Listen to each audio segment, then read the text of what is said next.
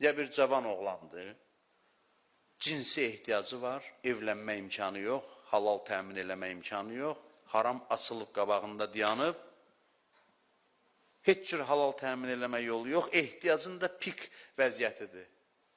Bu müvəqqəti bir vəziyyətdir, bu həmişə olmur. Bu müvəqqəti bir vəziyyətdir. Şeytan bütün gücünü o məqamlar üçün saxlayır. Şeytan gözləyir, o məqam üçün bütün gücünü toplayır. Yəni həll edici məqamdır. Həm Allah baxır mələklər üçün ki, indi neynəyəcək? Şeytan da bu yandan, sən də qalmısan ortada. Sözüm bunda deyil. Həzrət Peyğəmbər buyurur ki, Quranın bu ayəsinə əməl eləsələr, bəsdir. Ayənin mənası. Və mən yəttəqillah yəc'al ləhu məxrəcə. İnsanlar təqvaya riayət eləsə, qırmızı xəttləri keçməsə, Allah onlara çıxış yolu açar. Çıxış yolu açar. Və yərzuqhu min haythu la yahtasib. Güman etmədikləri yerdən onlara ruzu verər. Və mən yetəvəkkəl alallah fəhuvə hasbuh. Kim Allaha təvəkkül eləsə, Allah ona bəsdir. Ondan sonra buyurur ki, İnnəllaha bəluğə əmri. Allahın əli hər işə çatır, hər işi görə bilir. Qəd cəalallah li kulli şeyin qədra. Amma Allah dünyada müqəddərat təyin eləyib. Dünyanın qaydası budur ki, hər işi eləyə bilər. Amma müqəddərat təyin eləyib, məhdudiyyət təyin eləyib dünyanın içində. Bunu deyir ki, bu ayəyə əməl eləsə, ona bəs eləyər. Yenə qayıdıram bu sözə. Burada bax, bir neçə dəqiqə, 5 dəqiqə, 10 dəqiqə vaxt uzalacam, diqqətli olun, bu çox mühüm nöqtələrdir. Dediyi birinci xütbədə də ki, Allahın bir adı Rəbdir. Rəbb yəni tərbiyə eləyən, tərbiyəçi. Elhamdülillah Rabbil aləmin. Yəni aləmlərin Rəbbi, aləmlərə tərbiyə verən. Tərbiyənin yolları müxtəlifdir. Yollarından birinə işarə edirəm. Bəzən belə olur həyatda, bəzən. İnsan dalana dirənir. Bütün halal yollar insanın üzünə bağlanır. Qulağınız məndə olsun. Bütün halal yollar insanın üzünə bağlanır. Haramlar insanın üzünə açılır. Belə situasiyalar olur həyatda. İnsan şiddətli ehtiyacı var bir şeyə. Allah özü müvəqqəti olaraq halal yolları bağlayır, haramları taybatay açır üzvə. Və bu məqamda Allahlığından da əl çəkmir. Allahlığından əl çəkmir. Fərz eləyün bir insandır, aylıq maaşı güclə, aylıq güzaranını güclə təmin edir. İş çıxır qabağa, əməliyyat olunmalıdır, ya özü, ya əziz adamı, övladı qalıb əlində. Əməliyyat olunmalıdır. Halal yollar bağlıdır, haram açıqdır. Bir dənə addım haramdan gəlir sənə. Allah özü belə bir situasiya yaradır. Belə bir situasiya yaradır ki, bir dənə addım atson haram açıqdır. Amma halal yollarını özü bağlayıb. Nə qədər vurnuqson yoxdur. Nə qədər vurnuqson yoxdur. Böhranlı bir vəziyyət yaradır. Ehtiyac da şiddətli olur. Ehtiyac da şiddətli olur. Deyir, bax, bura tamaşa eləməli məqamdır. Bura istisna məqamdır. Burada atacağın addım çox mühümdür. Burada bəndəliyin məharətini göstər. Ya bir cavan oğlandır, cinsi ehtiyacı var, evlənmə imkanı yox, halal təmin eləmə imkanı yox, haram asılıb qabağında dayanıb, heç cür halal təmin eləmə yolu yox, ehtiyacın da pik vəziyyətidir. Bu müvəqqəti bir vəziyyətdir, bu həmişə olmur. Bu müvəqqəti bir vəziyyətdir. Şeytan bütün gücünü o məqamlar üçün saxlayır. Şeytan gözləyir, o məqam üçün bütün gücünü toplayır. Yəni həll edici məqamdır. Həm Allah baxır mələklər üçün ki, indi neynəyəcək? Şeytan da bu yandan, sən də qalmısan ortada. Bu adam ki, burada bacardı, bəndə qala bildi. Bilirsiniz nə olur? Birdən sıçrayışla 100 illik yolu bir anda gedir. Bu həyatda hər gün olmaz. Bir dəfə, 2 dəfə, 3 dəfə, 5 dəfə həyatda belə şeylər olacaq. Hamı üçün. Məsələn, 5 dəfə deyirəm, rəqəm şərtidir, tez-tez olmaz. Allah bizə hər dəqiqə imtihan edir, ha? İmtihan təkcə onlar deyil. Hər saniyəmiz imtihandır, yadınızda danışmışıq bu barədə. İmtihan ancaq 5-10 hadisəyə aid deyil. Səhər yuxudan durandan axşam yatana qədər sən imtihandasan. Hər saniyə imtihandır. Biri səni tərifləyir, imtahandır, biri səni tənqid edir, imtahandır, biri sənə bir şey verir, imtahandır, biri al. Hər şey imtahandır, hər şey. Amma bir-iki dənə ağır imtahan var həyatda, çətin imtahan. Həzrət İbrahim bütün ömrü boyu imtahan olundu, amma oğlunu qurban kəsmək bir dənə idi. O da atılmaq, bir neçə dənə imtahan var. Həzrət Yusuf əleyhissalam bütün ömrü boyu imtihan olundu. Amma bir dəfə həll edici məqam idi ki, cinsi istəklə, şəhvətlə imtihana çəkildi. Kərbəla bir dəfə baş verdi. Mən sizə bir söz deyirəm, bu ayədən istifadə edin, Peyğəmbər mövlud ərəfəsində özünüzü bax bu çətin məqama hazır edin. Bu bir gün həyatınızda olacaq və hər şey ondan asılıdır. Orada sən həll edici məqamdır. Allah halalları bağlayacaq, haramlar açacaq qarşında və sənə də şiddətli ehtiyac qoyacaq. O haramla onu 5 dəqiqəyə həll eləyə biləcəksən. Günahla həll eləyə biləcəksən. Orada deyəcək, baxaq görək, neynədir bu? Orada baxaq görək. Bütün övliyalar eşidirsə, arifdir, filandır. Onlar hamısı həmin həll edici məqamda bəndəlikdə qalanlardır. Orada birdən-birə uçuş eləyiblər, sıçrayış eləyiblər, inkişaf eləyiblər. Nə qazanıblar, o məqamda qazanıblar. İtirənlər də orada itiriblər. Orada birdən-birə yuvarlanırsan dibə, ya uçursan, qalxırsan zirvəyə. Bəndəlik göstərirsən. Bütün böyük qələbələr və böyük məğlubiyyətlər bu məqamlardadır. Bəndəliyin məharəti hər dəqiqə bilinmir.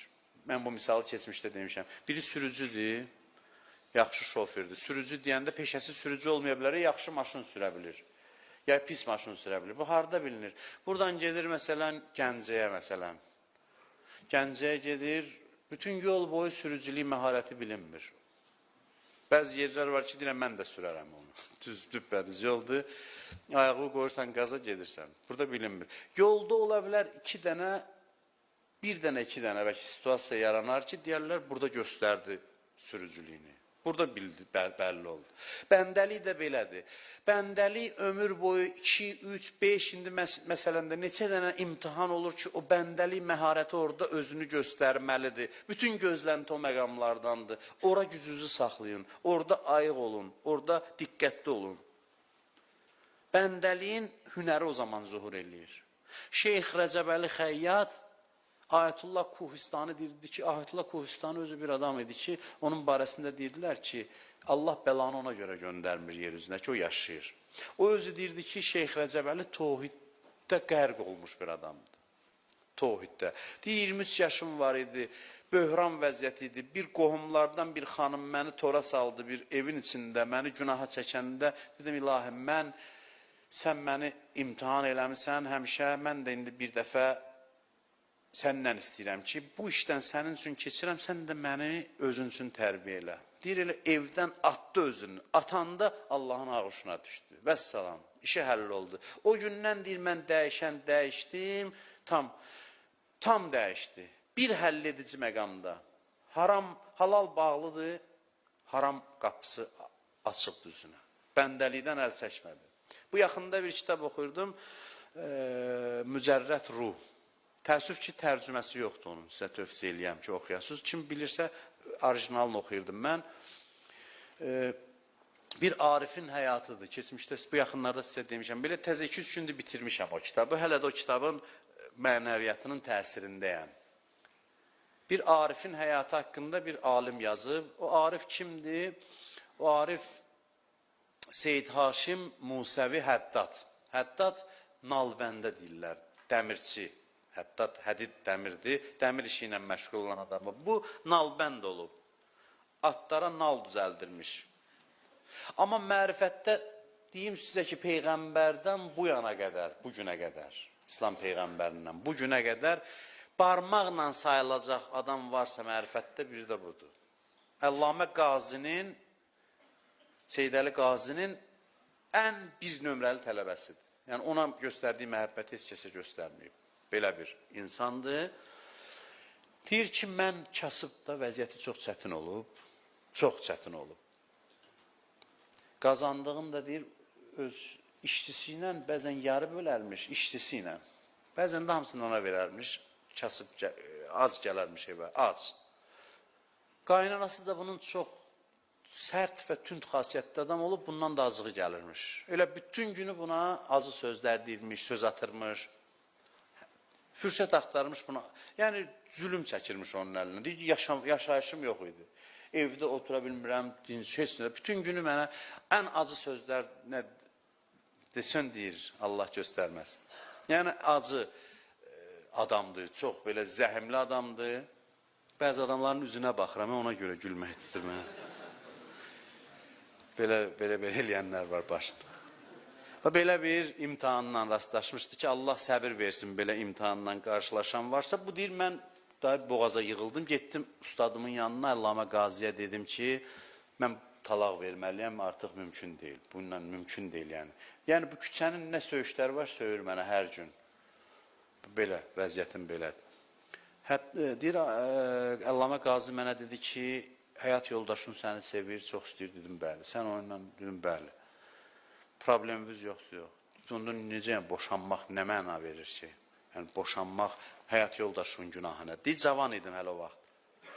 Dedi, sənin bütün təkamülün o qadına dözməkdədir. Get dözməlisən, get səbr elə. Deyir, bir gündə işdən gecə vaxtı gəlmişəm, yorğun, arğın, ac, susuz evə daxil oldum. Bu da deyir, istidən ayaqlarını qoyub suda sərinlənir özü üçün. Mən daxil oldum evə, bu damda oturub, deyir, evin damında. Özü çox da deyir, cüssəli, belə zəhimli qadın imiş. Yəni, kişilər onun yaşadığı məhəllədən keçənmirlərmiş, qorxudan. Belə bir adam imiş. Yəni, gücü də çatmazdı sonra. Deyir, dayanıb orada ayağını suya qoyub baxır. Da, indi mən burada demirəm. Elə bir ədəbsiz söz dedi mənə ki, çox təsir elədi. Yəni, çox pis söz dedi mənə. Deyir, döndüm ki, bir söz deyəm də artıq da yandırdı mənə, elə bir söz dedi. Çox nalayiq bir söz. Deyir, heç nə demədim. Çıxdım evdən, qaçdım. Qaçdım, deyir, çıxdım, qaçdım. Çölə çıxanda gördüm ki, özümü 2 nəfər gördüm. 2 nəfər. Bir mən, 2 dənə mən gördüm. Deyir, bir mən, o həddaddır ki, o qadın onu söyür. O mənim nəfsimin təzəssümüdür. Bir həddadı da gördüm ki, o mənim həqiqətimdir. Ucalmışam, deyir, onun söyüşləri mənə çatmır. Mənə heç aidiyyəti yoxdur onun. O məni söymür elə bil. Onun söyüşü mənə heç çata bilməz. Deyir, mən ilk dəfə adam olduğumu hiss elədim. Gəldim, deyir, evə daxil oldum, təzdən düşdüm onun əlindən, ayağından, öpürəm, deyirəm, çox sağ ol, minnətdaram sənə. Heç elə bilmə ki, mən narahatam, söy özün üçün, nə qədər sən söy, mənə xoşdur yəni bundan. O da deyir, baxır ki, bu yəqin dəli olub, nə olub buna. O gündən, deyir, mənim halımda belə bir dəyişiklik yarandı. Yəni, bu situasiyalar həyatda hamı üçün var. Burada oturanların heç biri də o kişilərdən əski deyil. Yəni, potensial hamıda var. Neçə yaşında olursa olun, o qapı hamının üzünə açıqdır. Bu bir fürsətdir ki, Allah bu fürsəti insanların üzünə açır. Orada deyir, ayəni tamamlayayım. İndi bu kontekstdən bu ayəyə baxın. Bu ayə, təməm mənim danışdığımdan sonra yenidən baxın. Və mən, yəttəqillah, kim təqvaya riayət eləsə, Hasan, o moment ki, təqvalı olmaq çətindir. Halal yolu bağlıdır. Haram yolu açıq. Orada özünü saxlasa, yəcəlləhu məxrəcə. Allah qapı açacaq. Qapı açacaq, gözləmədin. Və yarzuqhu min haythu la yaxtasib. Allah güman eləmədiyi yerdən ona ruzu verəcək. Bir qədər sıxıntıya düşən kimi əl-ayağı itirmə, izzətini itirmə. Başa düşürəm, asandır danışmaq, amma olur bəli, insan görürsən giriftardır, vəziyyəti çox ağırdır, dərhal gedib, adam görsən müvazinəti itirir. Hərdən mənə müraciət edirlər, təəssüf ki, mən də kömək eləmək imkanımız bizim o qədər yoxdur. Görsən, mənə azı söz deyir ki, gedəcəm filan kəslərin meçsinə, filan yola düşəcəm, filan əqidəyə gedəcəm. Elə bil ki, əqidəsi, məsələn, bu işə bağlıydı bunun. Əqidəsi buna burada, məsələn, kömək eləmədilər. Mən indi o ilə təhdid edir ki, gedib filan zərəyana qoşulacam, orada kömək edirlər adama, filan. Bu, yaraşan işlər, sözlər deyil. İnsan çətin məqamında Allaha sığına, o yer ki, harama gedə bilər, getməyə, deyək ki, bax, eləmirəm, əlimdən heç nə gəlmir. Otururam, sən deyən eləyirəm, Allaha tapşıra, Allah deyir, mən çıxış yolu göstərərəm. Çıxış yolu göstərərəm və onu o məngənədən çıxardaram. Bunu istəyirsinizsə həyatınızda təcrübə eləyin. Yəni, birdən sizə arzu gələr ki, mən sizə bunu arzulayıram. Yox, bu hamı üçün olacaq, ya olub. Bir-iki dəfə kəsilmişsiniz imtahanından, yenə də naimid olmayın. Yenə olacaq inşallah. Olacaq və olan məqamda da o vaxtı mənim bu sözlərim, Peyğəmbərin bu hədisi yadınıza düşsün. Biz Allahlıq eləmək istəyirik, hərdən öz həyatımızı səhmana salmaq istəyirik. Allah hərdən demək istəyir ki, sən bəndəliyi elə, mən Allahlıq mənim əlimdədir. Mən öz ixtiyarımdadır və sənin həyatını səhmana salacağım. Bu, sizə mənim bayram hədiyyəm olsun. Bu günlər ümumiyyətlə vəhdət həftəsidir, vəhdət günləridir. Bütün İslam məzhəblərinin qardaşlığa, vəhdətə, birliyə dəvət olunması üçün bir fürsətdir. Çünki Peyğəmbərin Mövludaqda 2 rəvayət var. Bir ayın 12-sinə, bir Rəbiül əvvəlin 17-sinə. O bir həftəni də vəhdət həftəsi olaraq qeyd edirik. Bütün dünyanın hər yerində bu